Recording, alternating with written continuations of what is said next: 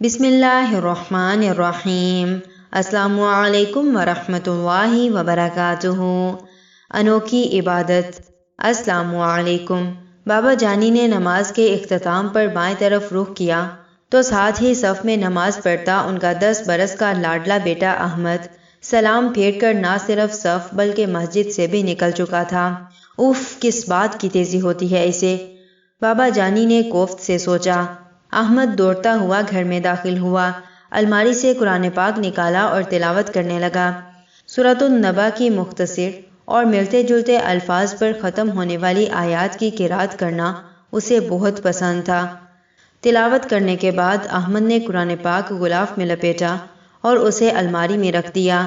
بیٹے، تلاوت کے بعد ذرا ٹھہر کر دعا بھی مانگا کرو۔ روز کی طرح اس کی امی نے اسے آج بھی سمجھایا، جسے نظر انداز کرتا وہ اپنی چوزوں کے ساتھ کھیلنے لگا۔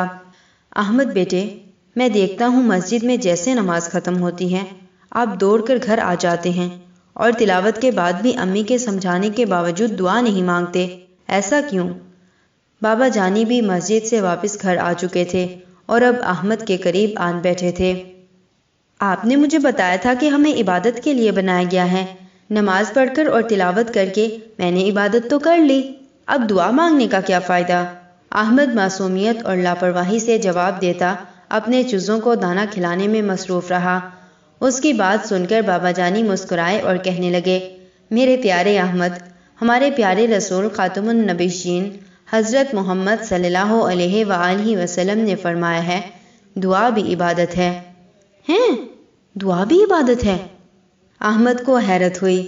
جی بالکل، بابا جانی نے یقین دہانی کروائی۔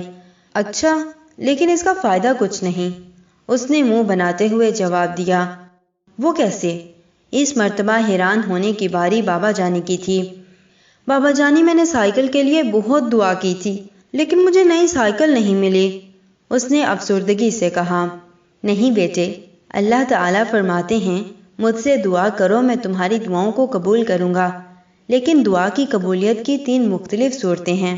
اللہ تعالیٰ اپنے بندے کی دعا قبول فرما لیتے ہیں، یا اس کے لیے آخرت میں ذخیرہ کر دیتے ہیں، اور یا اس جیسی کوئی برائی اس سے ٹال دیتے ہیں۔ بابا جانی، اگر ایسا ہے تو پھر میں ضرور دعا مانگوں گا، احمد نے خوش ہو کر کہا۔ جی، اور یہ بھی آپ کی عبادت لکھی جائے گی اور آپ کو ثواب بھی ملے گا انشاءاللہ۔ انشاءاللہ، بابا جانی کے سمجھانے پر احمد نے بھی جوش سے انشاءاللہ کہا۔